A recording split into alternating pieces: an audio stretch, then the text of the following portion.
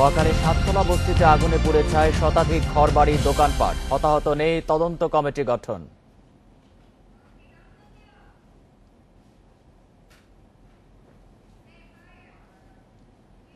Mask পরা নিশ্চিতে আরো কঠোর হচ্ছে সরকার। ৫০০ টাকা থেকে বেড়ে ৫,০০০ টাকা হতে পারে জরিমানা।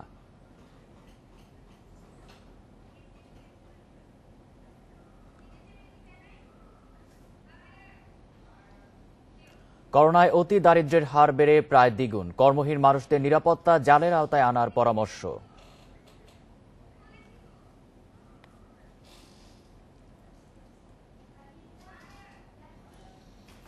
ঢাকা বরিশাল নৌরুটের লঞ্চে বাড়ছে চুরি, ছিনতাই, হত্যা, আতঙ্কে যাত্রীরা। নিরাপত্তা জোরদারের পরিকল্পনা।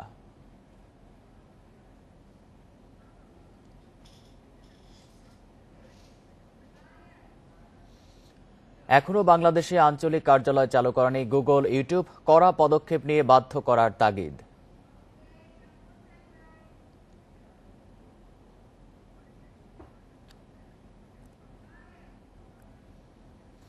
স্বাগত ইন্ডিপেন্ডেন্ট সংবাদে, সাথে আছি আমি আলী আশরাফ। শুনছিলেন শিরোনাম, এবার বিস্তারিত। রাজধানীর মহাখালীর সাততলা বস্তিতে আগুন লেগে পুড়ে গেছে শতাধিক ঘরবাড়ি ও দোকানপাট। সোমবার রাতে লাগা আগুন প্রায় ১ ঘণ্টার চেষ্টা নিয়ন্ত্রণে আনে ফায়ার সার্ভিসের ১১টি ইউনিট। তবে আগুনে কোনো হতাহতের খবর পাওয়া যায়নি। বৈদ্যুতিক শর্ট সার্কিট থেকে আগুনের সূত্রপাত হতে পারে বলে প্রাথমিকভাবে ধারণা করছে ফায়ার সার্ভিস। ঘটনার তদন্তে একটি কমিটি গঠন করা হয়েছে।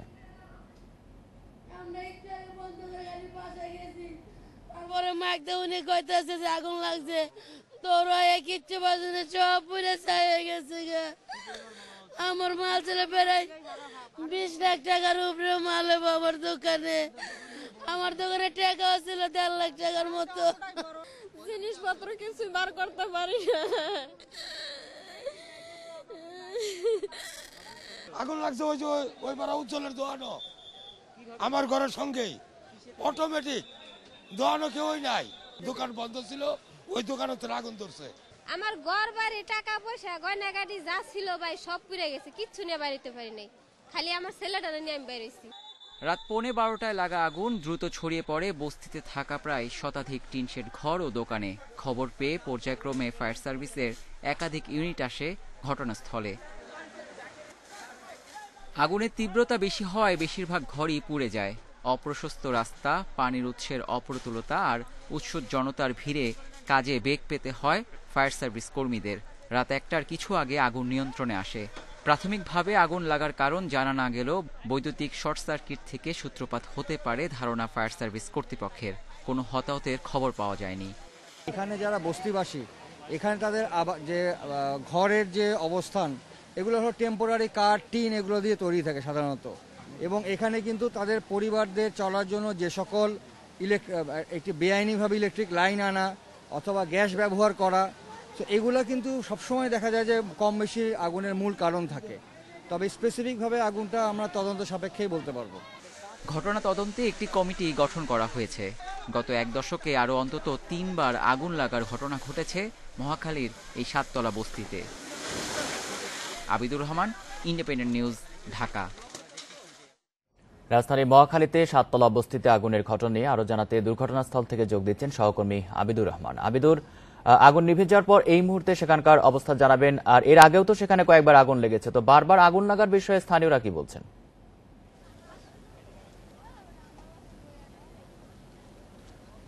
প্রথমে আসলে এখনকার যে অবস্থা সেটা আপনাদেরকে জানাতে চাই, আপনাদের মাধ্যমে দর্শককেও জানাতে চাই। আসলে দেখতেই পাচ্ছেন ধ্বংসস্তূপ, পুড়ে যাওয়া এই জায়গাটিতে এখন আসলে সবই হচ্ছে তাদের তাদের পুড়ে যাওয়া সব স্মৃতি আমরা বলতে পারি, বা পড়ে যাওয়া স্বপ্ন বলতে পারি।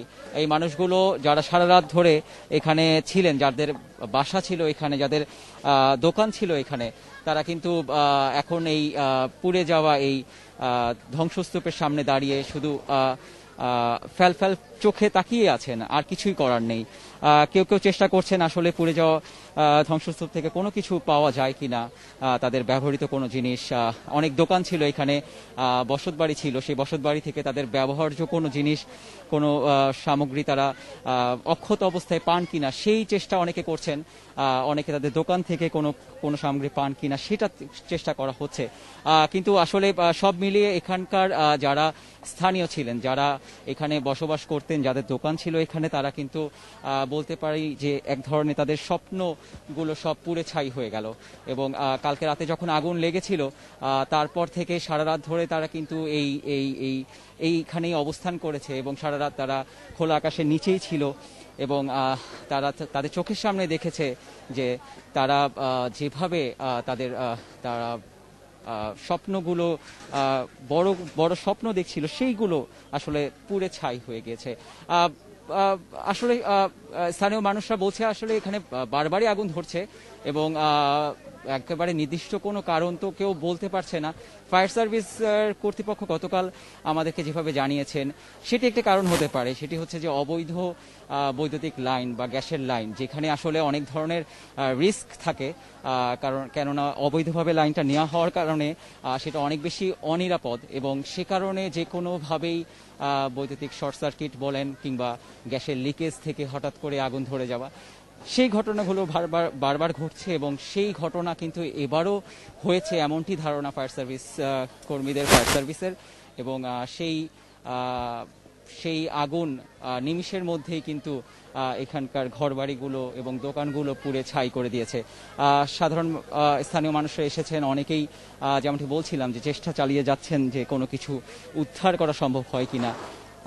অনেকেই সবকিছু হারিয়ে নিঃস্ব হয়ে গিয়েছেন। আমরা গত রাতেও কয়েকজনের সাথে কথা বলছিলাম, তারা জানিয়েছেন যে আসলে তাদের এখানে অনেক আর্থিকভাবে অনেক সম্পত্তি তাদের ছিল, বাসাবাড়ি ব্যবহারের অনেক সম্পত্তি তাদের ছিল, যেগুলো তারা একেবারেই হারিয়ে ফেলেছেন এবং আগুনে পুড়ে গিয়েছে। সেখান থেকে তো আর সেটা পাওয়া সম্ভব হবে না। এখানে আমরা দেখছি যে সাধারণ মানুষ, স্থানীয় মানুষ, তারা তো চেষ্টা চালাচ্ছেন যে তাদের উদ্ধার কার্য, কোনো কিছু উদ্ধার করা যায় কিনা। বেশ কিছু স্বেচ্ছাসেবক প্রতিষ্ঠান, স্বেচ্ছাসেবক কর্মীরাও আছেন এখানে কাজ করছেন। আমি একজনের সাথে একটু কথা বলতে চাই যে আপনি কাল রাত থেকে এখানে ছিলেন এবং কি অবস্থা দেখছেন, কিভাবে মানুষজন তাদের সবকিছু হারিয়েছে, আপনারা চেষ্টা করছেন উদ্ধার করার, কি অবস্থা দেখছেন? আসলে আমরা যখন খবর পাওয়ার সাথে সাথে চলে এসেছি এখানে ফায়ার সার্ভিসের পাশাপাশি আমরা যারা স্বেচ্ছাসেবক যারা আছি তারা উদ্ধার কাজে নিয়োজিত ছিলাম এবং কিছু উদ্ধার করেছি যাদেরকে আমরা বুঝিয়ে দিয়েছি। এবং এখানে দেখতেই পাচ্ছেন যে মাঝখান থেকে আগুনটা লেগেছে, আমরা যতটুকু জেনেছি। তো এই মাঝখান থেকে আগুন লাগার পরেই কিন্তু আগুনটা দুপাশে ছড়িয়ে যায়। তো এইভাবে কিন্তু আসলে আগুন নিবানোটা একটু কঠিন হয়ে গিয়েছিল, কারণ দুই পাশে যখন আগুন ছড়িয়ে গিয়েছিল এখানকার স্থানীয় যারা আছে বা এলাকাবাসী যারা আছে তারাও চেষ্টা চালাচ্ছিল নিজ নিজ ঘরটাকে রক্ষা করার জন্য আগুন থেকে, কিন্তু সেটা সম্ভব হয়নি। আগুনটা দ্রুত ছড়িয়ে গেছিল, যেহেতু টিনের ঘর, এখানে কাঠ ছিল। আমরাও অনেক চেষ্টা করেছি এবং কিছু বাচ্চাদেরকে আমরা উদ্ধার করে রাস্তায় নিয়ে গিয়েছি।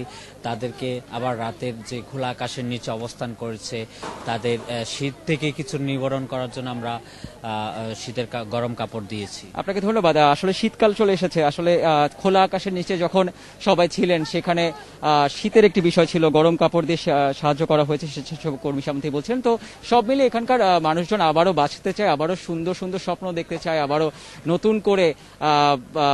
নতুন করে তারা স্বপ্ন দেখবে এবং নতুন করে আবার তাদের ঘর তৈরি করবে, তাদের দোকান তৈরি করবে। সেই স্বপ্ন তারা দেখতেই পারে। একটি আগুন হয়তো বা তাদের সেই স্বপ্নকে ধূলিসাৎ করে দিবে না। তো এই ছিল মহাখালী সাততলা বস্তি থেকে সর্বশেষ। মহাখালী থেকে জানাচ্ছিলেন সহকর্মী আবিদুর রহমান। প্রতিদিন বাড়ছে করোনা সংক্রমণ। সোমবার দুপুর পর্যন্ত 24 ঘন্টায় নতুন শনাক্ত 2419 জন, যা গত 81 দিনের মধ্যে সর্বোচ্চ। স্বাস্থ্য অধিদপ্তরের তথ্য মতে 10 দিনের মধ্যে সংক্রমণ বেড়েছে 5 ভাগ। এদিকে করোনায় 24 ঘন্টায় 28 জনের মৃত্যু হচ্ছে। স্বাস্থ্যমন্ত্রী বলছেন, স্বাস্থ্যবিধি না মানায় আবারও বাড়ছে আক্রান্তের সংখ্যা।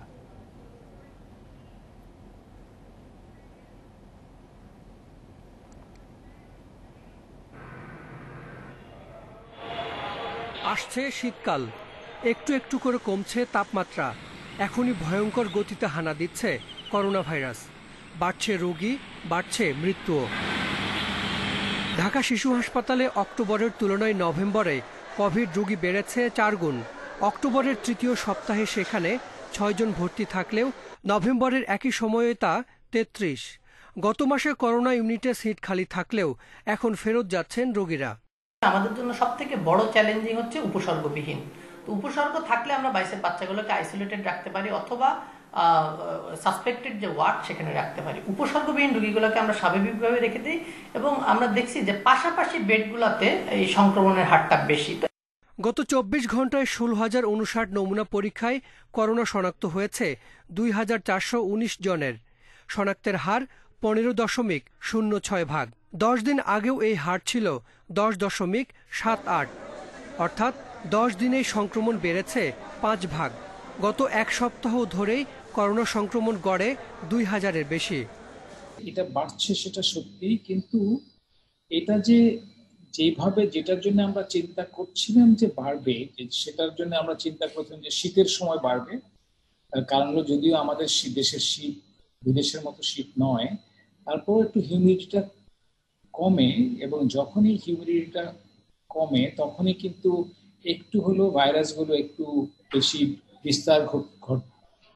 দেশে করোনায় প্রথম মৃত্যু 18 মার্চ। এই সংখ্যা এখন 6,416। সবশেষ 24 ঘন্টায় মারা গেছে 28 জন। স্বাস্থ্যমন্ত্রী বলছেন, স্বাস্থ্যবিধি না মানলে পরিস্থিতি নিয়ন্ত্রণ কঠিন হবে। সব দিকেই আমরা মোটামুটি ভালো আছি, আমরা ভালো রাখতে চাই। সেটা সকলে মিলে কাজ করলে এটা সম্ভব হবে। করোনা বেড়ে গেলে পরে এটা কিন্তু সম্ভব হবে না। আমরা একটু বেখেয়ালি হয়ে গেছি, আমাদের চলাফেরাটা একটু বেখেয়ালি হয়ে গেছে। আমরা মাস্ক সেভাবে পরছি না এবং সামাজিক দূরত্ব বজায় রাখছি না। দেশে এখন পর্যন্ত 4.5 লাখ মানুষের দেহে করোনা সংক্রমণ শনাক্ত হয়েছে। এদের 1,32,000-ই ঢাকায়। জেলা হিসেবে সবচেয়ে বেশি 8,367 রোগী কুমিল্লায়, আর কম শেরপুরে 512 জন। Hasan Misbah, independent news, Dhaka. Corona সংক্রমণ রোধে মাস্ক পরা নিশ্চিতে জরিমানায় কাজ না হলে সরকার আরও কঠোর হবে বলে জানিয়েছেন মন্ত্রিপরিষদ সচিব খন্দকার আনোয়ারুল ইসলাম। করোনা সংক্রমণ রোধে মাস্ক পরা নিশ্চিতে জরিমানায় কাজ না হলে সরকার আরও কঠোর হবে বলে জানিয়েছেন মন্ত্রিপরিষদ সচিব খন্দকার আনোয়ারুল ইসলাম। সোমবার দুপুরে মন্ত্রিসভার বৈঠক শেষে তিনি একথা জানান। এদিকে বৈদেশিক সহায়তার মধ্যে অনুদানের পরিমাণ 84% থেকে কমে মাত্র 3% নেমে আসায় স্বস্তি প্রকাশ করেছে মন্ত্রিসভা। সোমবার সকালে সচিবালয়ে প্রধানমন্ত্রী শেখ হাসিনার সভাপতিত্বে বসে মন্ত্রিসভার বৈঠক। গণভবন থেকে ভিডিও কনফারেন্সে প্রধানমন্ত্রী এবং সচিবালয় থেকে মন্ত্রীরা যোগ দেন বৈঠকে। বৈঠক শেষে সাংবাদিকদের ব্রিফ করেন মন্ত্রিপরিষদ সচিব। জানান, মাস্ক পরা বাধ্যতামূলক করতে সরকার আরও কঠোর হচ্ছে। প্রধানমন্ত্রীর নির্দেশে এ সিদ্ধান্ত নেওয়া হয়েছে বলে জানান তিনি। জরিমানার পরিমাণ 500 টাকা থেকে বাড়িয়ে 5,000 টাকা করার সিদ্ধান্ত নেওয়া হয়েছে বলে জানান মন্ত্রিপরিষদ সচিব। ফাইন করতেছে অল ওভার, কয়েক হাজার লোককে কালকে ফাইন করা হয়েছে সারা দেশে। তো এটা আমরা বলছি যে আরো এক সপ্তাহ দেখতে, যদি ফাইনেও যদি মানুষের হয় তাদেরকে আরো মোটিভেশন করো এবং তারপরে আর একটু স্ট্রং পানিশমেন্টে যেতে হবে। হয়তো 1,000 টাকা 500 টাকা ফাইন করলো, সেটা 5,000 টাকা করে দিল। অর্থনৈতিক সম্পর্ক বিভাগের বৈদেশিক সহায়তা সংক্রান্ত প্রতিবেদনে মন্ত্রিসভাকে জানানো হয়, দেশের অর্থনীতি শক্তিশালী হওয়ায় বৈদেশিক সহায়তার মধ্যে অনুদানের পরিমাণ ন্যূনতম পর্যায়ে নেমে এসেছে। স্বাধীনতা পরবর্তী সময়ে বৈদেশিক সহায়তার মধ্যে অনুদান ছিল 84 থেকে 86%। এখন সেই অনুদানের পরিমাণ কমে নেমেছে 3%। বৈদেশিক ঋণ যখন আপনার জিডিপির 40% বা তার উপরে হয়ে যায় তখন রিস্ক থাকে, কিন্তু আমাদের 2015-2020-এ আমাদের জিডিপির তুলনায় বৈদেশিক ঋণ হলো 15.47% এই বছর। আর বৈদেশিক ঋণ পরিশোধ আমরা করছি আপনার 5.5% জিডিপি। তো এটা যখন 20% পর্যন্ত আপনার সেফটি রেঞ্জ থাকে, কিন্তু আমরা অনেক নিচে আছি। এদিকে চলচ্চিত্র শিল্পীদের কল্যাণ ও দুস্থ অসুস্থ শিল্পীদের আর্থিক সহায়তায় বাংলাদেশ চলচ্চিত্র শিল্পী কল্যাণ ট্রাস্ট আইন 2020-এর চূড়ান্ত অনুমোদন দিয়েছে মন্ত্রিসভা। Hasik Mahmud Shah, independent news, Dhaka. ভারতের সিরাম ইনস্টিটিউট নিজ দেশে যে দামে করোনার টিকা দেবে, বাংলাদেশও একই দামে পাবে বলে জানিয়েছেন প্রধানমন্ত্রীর বেসরকারি শিল্প ও বিনিয়োগ উপদেষ্টা সালমান এফ রহমান। বিশ্ব স্বাস্থ্য সংস্থা অনুমোদন দিলেই আগামী বছরের শুরুতে দেশে টিকা বিতরণ শুরু হতে পারে বলে জানান তিনি। সোমবার করোনায় বেসরকারি খাত বিষয়ক এক অনলাইন বৈঠকে এসব কথা বলেন সালমান এফ রহমান। সিএসএমই খাতে করোনার ক্ষতি মোকাবিলায় সংশ্লিষ্ট সব পক্ষ কাজ করছে বলে বৈঠকে জানান বক্তারা।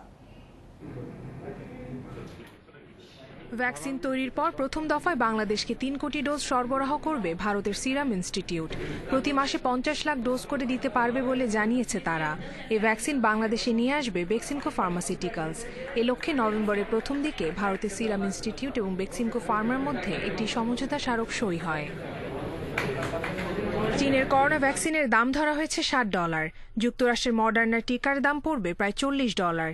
এদিকে অক্সফোর্ডের করোনার টিকার ভারতের সিরাম ইনস্টিটিউট দিবে $5।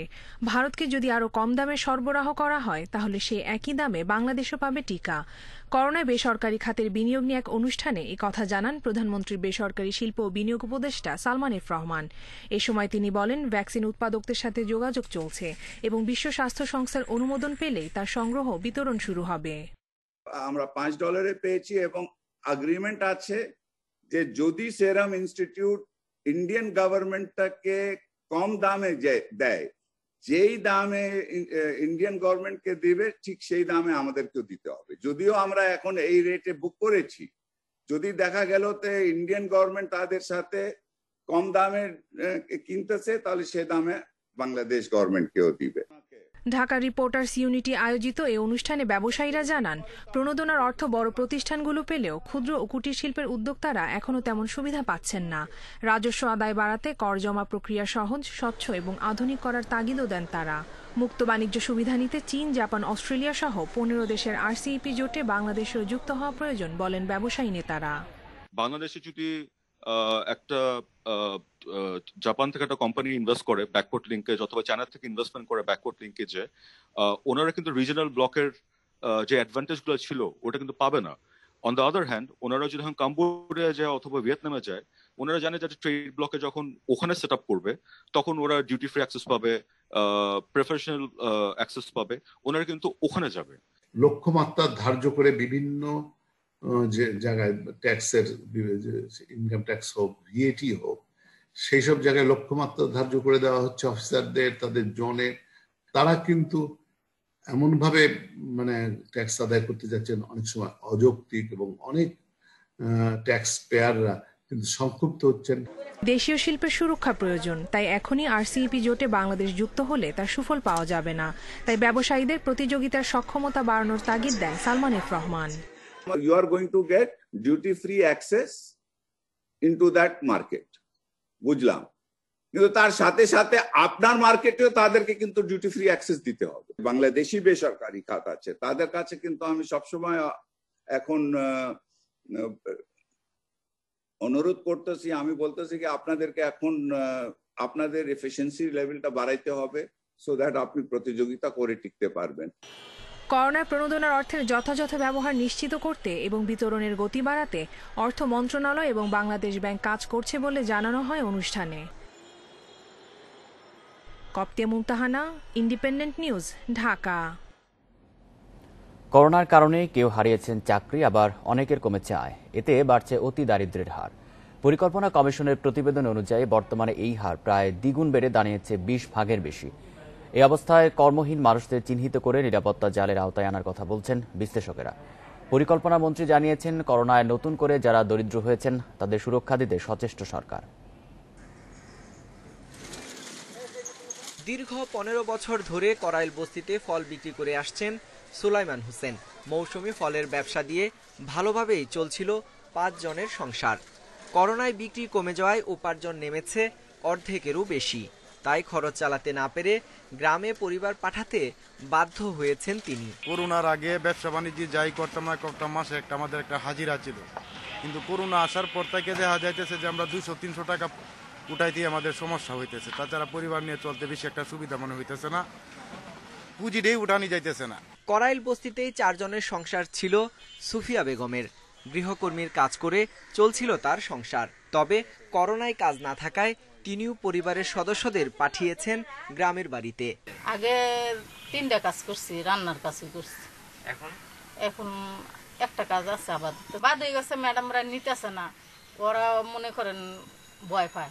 করোনার ধাক্কা খুব জোরে সোরেই লেগেছে নিম্ন আয়ের এসব মানুষের মধ্যে। কেউ হারিয়েছেন কাজ, কারো বা ব্যবসা নেমে এসেছে 20 ভাগে। এভাবে জীবন বাঁচানোই এখন চ্যালেঞ্জ হয়ে দাঁড়িয়েছে। বেসরকারি গবেষণা সংস্থা পিপিআরসি বলছে, করোনায় কাজ হারিয়ে শহরের কর্মজীবী মানুষের আয় কমেছে 80 ভাগ। এর ফলে যারা দারিদ্র্য সীমার উপরে ছিলেন তারাও বর্তমানে এ সীমার নিচে চলে এসেছেন। করোনার ধাক্কায় নতুন দরিদ্র হয়ে গেছে, এদের প্রয়োজনগুলো একটু ভিন্নভাবে চিন্তা করা দরকার। পেশা ভিত্তিক আমাদেরকে চিন্তা করতে হবে। তো সেই জন্য এখন খুব বেশি প্রয়োজন আমাদের এই আক্রান্ত জনগোষ্ঠীর পরিসংখ্যানগত অবস্থাটা আরো ভালো করে বোঝা দরকার। পরিকল্পনা কমিশনের প্রতিবেদন অনুযায়ী করোনায় অতি দারিদ্র্যের হার 20.5% আর দারিদ্র্যের হার বেড়ে হয়েছে 29%। আর পিপিআরসি ও বিআইজিডির জুন মাসের এক যৌথ গবেষণায় বলা হয়, দারিদ্র্য বেড়ে 43% হয়েছে। সকল ক্ষেত্রে কিন্তু কাজের যে কাজগুলো বন্ধ হয়ে গিয়েছিল কোভিডের শুরুর দিকে, সেগুলো ফিরে আসছে। 50 লাখ পরিবার, মানে 2 কোটি মানুষ ওই যে নগদ। Independent news, Dhaka. যে কাজগুলো বন্ধ হয়ে গিয়েছিল কোভিডের শুরুর দিকে, সেগুলো ফিরে আসছে। 50 লাখ পরিবার, মানে 2 কোটি মানুষ ওই যে নগদ 2,500 করে দেওয়া হলো। এই সকল করেই আমরা এনাদেরকে ইকোনমিতে ফিরে আনার চেষ্টা করছি। এছাড়া শহর ও গ্রামে যারা নতুন করে দরিদ্র হয়েছেন তাদেরকেও সামাজিক সুরক্ষার আওতায় আনার পরামর্শ বিশ্লেষকদের। Sohel Rana, independent news, Dhaka.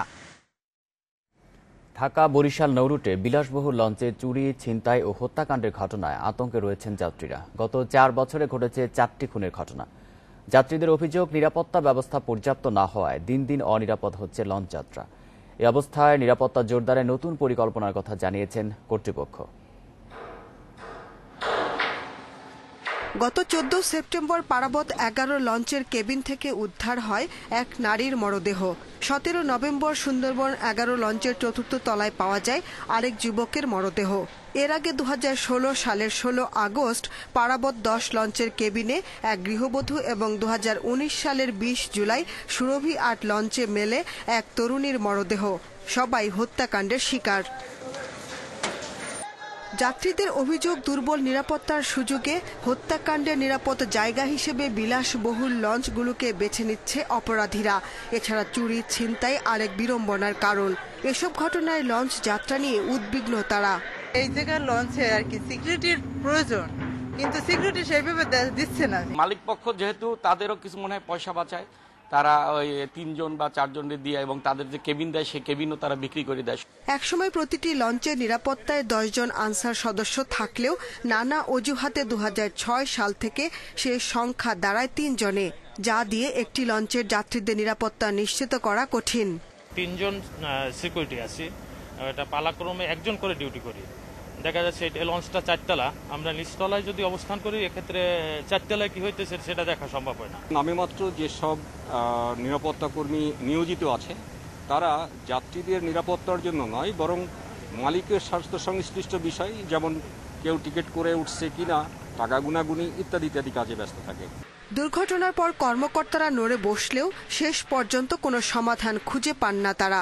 বারবার আশ্বাস ছাড়া সবকিছুই থেকে যায় কাগজে কলমে। লঞ্চ মালিকদের মিটিং করে একটা সিদ্ধান্ত উপনীত হবে যে মিনিমাম 10 জন বা 7 জন এই ধরনের আনসার বাহিনী যাতে লঞ্চে মোতায়েন থাকে এবং সিকিউরিটি বিষয়টা এনশিওর হয়। ঢাকা বরিশাল রুটে নিয়মিত চলাচল করে 30টি বিলাসবহুল লঞ্চ। বছরে এসব লঞ্চে যাতায়াত করেন 1 কোটিরও বেশি যাত্রী। Independent news desk. কক্সবাজারের রামুর ঈদগড়ে প্রায়ই ঘটছে সড়ক ডাকাতি। কখনো কখনো মুক্তিপণের জন্য পথচলতি মানুষকে অপহরণও করে ডাকাতরা। গত মাসে ডাকাত দলে গুলিতে নিহত হয় চট্টগ্রামের আঞ্চলিক গানের জনপ্রিয় শিল্পী জনি দে। এরপর পুলিশ প্রশাসন নড়ে চড়ে বসলেও বন্ধ হয়নি ডাকাতি। আঁকাবাঁকা এই সড়ক চলে গেছে কক্সবাজারের ঈদগড় ও বান্দরবনের নাইকুঞ্চড়ির বাইশারি ইউনিয়নে। এই দুই ইউনিয়নের আয়তন প্রায় 180 বর্গ কিলোমিটার, যার বেশিরভাগই পাহাড়ি এলাকা। সড়কে আছে চড়াই উতরাই, দুই পাশ জুড়ে ঘন গাছপালা। এই সুবিধার কারণে এখানে সক্রিয় কয়েকটি ডাকাত দল। শুধু ডাকাতি নয়, সুযোগ বুঝে অপহরণ করে ডাকাতরা। গত 1 বছরে এই সড়কে ডাকাতি ও অপহরণের ঘটনা কমপক্ষে 50টি। অপহরণকারীরা আমাদেরকে অপহরণ করে নিয়ে যায় চোখ বন্ধ করে, গভীর জঙ্গলে নিয়ে যাওয়ার পর অনেক অত্যাচার নির্যাতন করার পরে ওখানে তাদের ইচ্ছা মতো আমাদেরকে মারধর করলো এবং মুক্তিপণ টাকা আদায় করার জন্য বাড়িতে খবর দেওয়ার জন্য বলছে। সচেতন মহল মনে করছে আইন শৃঙ্খলা বাহিনী গুরুত্ব না দেওয়ার কারণে ঘটছে ডাকাতি, অপহরণ। তবে পুলিশ বলছে ডাকাতি বন্ধে ওই সড়কে বাড়ানো হয়েছে নজরদারি, গোয়েন্দা তৎপরতা। এগুলো কিন্তু আজকে একদিনের না, এগুলো বহু সময় ধরে হয়ে আসছে। আমরা প্রায় সময় এরকম ঘটনা শুনছি। তবে আগে যদি আইনশৃঙ্খলা বাহিনী একটা কার্যকর পদক্ষেপ নিত তাহলে আমার মনে হয় এটি কমে আসতো অথবা নিয়ন্ত্রণে চলে আসতো। পুলিশের টহল আমরা জোরদার করেছি, আমরা অস্থায়ী ক্যাম্প স্থাপন করছি, এর পাশাপাশি আমরা গোয়েন্দা নজরদারি বৃদ্ধি করছি। এদেরকে গ্রেপ্তার করার জন্য বা এদেরকে প্রতিরোধ করার জন্য আমরা আমাদের কৌশল আমরা নির্ধারণ করছি। গত 8 অক্টোবর এই সড়কে ডাকাতের গুলিতে নিহত হয়েছে চট্টগ্রামের আঞ্চলিক গানের জনপ্রিয় শিল্পী জনি দে। এর আগে 2009 সালে একই সড়কে ডাকাতের হাতে প্রাণ হারায় পুলিশ সদস্য সুসময় চাকমা। এছাড়া গত 1 বছরে ডাকাতের হামলায় আহত হয়েছে অন্তত 20 জন। তৌফিকুল ইসলাম, ইন্ডিপেন্ডেন্ট নিউজ, কক্সবাজার। 2020-21 শিক্ষাবর্ষে ঢাকা বিশ্ববিদ্যালয়ে প্রথম বর্ষের ভর্তি পরীক্ষা হবে 100 নম্বরের। এর মধ্যে 40 নম্বরের এমসিকিউ এবং 40 নম্বরের বর্ণনামূলক প্রশ্ন থাকবে। আর মাধ্যমিক ও উচ্চ মাধ্যমিক পরীক্ষার ফলাফলের উপর 10 নম্বর করে থাকবে মোট 20 নম্বর। ঢাকা বিশ্ববিদ্যালয় উপাচার্য অধ্যাপক আখতারুজ্জামানের সভাপতিত্বে ভর্তি কমিটির এক সভায় সোমবার এই সিদ্ধান্ত নেওয়া হয়। করোনা পরিস্থিতিতে শিক্ষার্থীদের সুবিধা অসুবিধা বিবেচনায় এবং জনসমাগম কমাতে এবারের ভর্তি পরীক্ষা ঢাকা বিশ্ববিদ্যালয় ক্যাম্পাস ছাড়াও প্রতিটি বিভাগীয় শহরে অনুষ্ঠিত হবে। তবে ভর্তির আবেদন প্রক্রিয়া এবং পরীক্ষার সময় এখনও নির্ধারিত হয়নি। এ বিষয়ে সিদ্ধান্ত হলে তা পরবর্তীতে অবহিত করা হবে বলে এক সংবাদ বিজ্ঞপ্তিতে জানিয়েছে বিশ্ববিদ্যালয় কর্তৃপক্ষ। কথা শুনছে না গুগল, ইউটিউব, নেটফ্লিক্সের মতো টেক জায়ান্টরা। ফেসবুক ছাড়া কোনো প্রতিষ্ঠানই বাংলাদেশে এজেন্ট নিয়োগ কিংবা আঞ্চলিক কার্যালয় চালু করেনি। এসব প্রতিষ্ঠানকে আবারও চিঠি দিতে নিয়ন্ত্রক সংস্থা বিটিআরসিকে অনুরোধ করেছে জাতীয় রাজস্ব বোর্ড এনবিআর। তবে বিশ্লেষকেরা বলছেন কড়া পদক্ষেপ না নিলে বাধ্য হবে না ওইসব প্রতিষ্ঠান।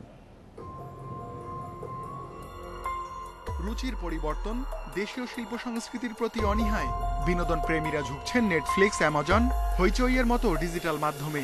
ফেসবুক, ইউটিউব, গুগল, ইমোর মতো সামাজিক মাধ্যম হয়ে উঠেছে বিজ্ঞাপন প্রচারের বড় ক্ষেত্র। আবার শিশু কিশোরদের অনেকেই যুক্ত হচ্ছে বিভিন্ন গেমিং সাইটে। অনলাইনে এমন নানা সেবার মূল্য পরিশোধ হচ্ছে ডলারে, যা দেশের বাইরে যাচ্ছে বৈধ অবৈধ দুই উপায়ে।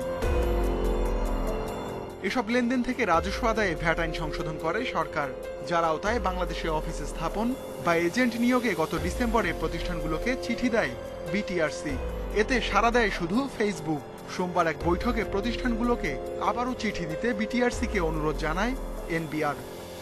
ডিপ্লোম্যাটিক চ্যানেলে, আমাদের পার্সোনাল চ্যানেলে চেষ্টা করতেছি, কারণ ওদের কথা শুনবে এই মর্মে কোনো আইন কানুন নাই। চেষ্টা করে যাচ্ছি, তারা এখানে ব্যবসা করতেছে, তারা বিভিন্ন এডের মাধ্যমে কিছু পয়সাও পায়, বার্গেনিং করে কিছু করা যায়। তাও এটা অনেক লং প্রসেসের ব্যাপার। বিশ্লেষকেরা মনে করেন আইন মেনে চলতে এসব প্রতিষ্ঠানকে বাধ্য করতে হবে। তাদেরকে বাধ্য করা যেতে পারে বিটিআরসি বা আইসিটি মিনিস্ট্রির মাধ্যমে, অর্থাৎ তাদের যদি চ্যানেলগুলোই বন্ধ করে দেওয়া যায় সাময়িকভাবে, তাহলে যখন তারা দেখবে তাদের কোনো কাজই হচ্ছে না, তখন তারা বাধ্য হয়ে নিবন্ধন নিবে। তবে এনবিআর কর্মকর্তারা মনে করেন এসব সেবায় বাংলাদেশিদেরও ব্যবসা জড়িত থাকায় কড়া পদক্ষেপ নেওয়া ক্ষতিকর হবে। ক্যামেরায় কথা না বললেও তারা জানান আপাতত ইউটিউব সহ বড় 10 টেক জায়ান্টকে টার্গেট করা হচ্ছে। দীর্ঘমেয়াদে সব ডিজিটাল মাধ্যম খুঁজে বের করতে মোবাইল অপারেটর সহ বড় 200 প্রতিষ্ঠানের বিজ্ঞাপনের তথ্য নেওয়া হবে বলেও জানান তারা। পাশাপাশি অবৈধ লেনদেনে জড়িত দেশীয়দেরও খুঁজে বের করা হবে। যারা দায়িত্বে আছেন, যে অথরিটি, যে ডিপার্টমেন্ট, তারা টিম করে এই সমস্ত চ্যানেলগুলো মনিটর করতে পারেন। মনিটর করে তাদেরকে বিটিআরসি বা আইসিটিকে যদি রিকমেন্ড করে যে এগুলো ট্যাক্স দিচ্ছে না, তাহলে তাদের চ্যানেল বন্ধ করে দিয়ে দেবে। ডিজিটাল মাধ্যমে বৈধ উপায়ে ব্যয় করা অর্থ থেকে 15% ভ্যাট আদায় করে সরকার। আদায় হয় অগ্রিম আয় করও। Ruhul Amin, independent news, Dhaka. বিশ্বজুড়ে করোনা ভাইরাসে মোট মৃতের সংখ্যা 14 লাখ ছাড়িয়েছে। এর মধ্যে 24 ঘন্টায় আরও 7,813 জনের মৃত্যু হয়েছে। একদিনে নতুন 4,81,000 শনাক্ত নিয়ে মোট আক্রান্ত ছাড়িয়েছে 5,94 লাখ। মৃত আক্রান্তের তালিকায় এখনও শীর্ষে যুক্তরাষ্ট্র। দেশটিতে একদিনে মারা গেছে 888 জন। নতুন শনাক্ত 1.5 লাখ রোগী। বিস্তার বৃদ্ধি পাওয়ায় পার্ক, চিড়িয়াখানা সহ সব ধরনের বিনোদন কেন্দ্র বন্ধ ঘোষণা করেছে কলম্বিয়া রাজ্য। ফ্রান্সে বিধিনিষেধ আরোপের ফলে কিছুটা কমেছে করোনার দ্বিতীয় দফার বিস্তার। 24 ঘন্টায় দেশটিতে শনাক্ত হয়েছে 4,500 রোগী। মারা গেছে 500 জন।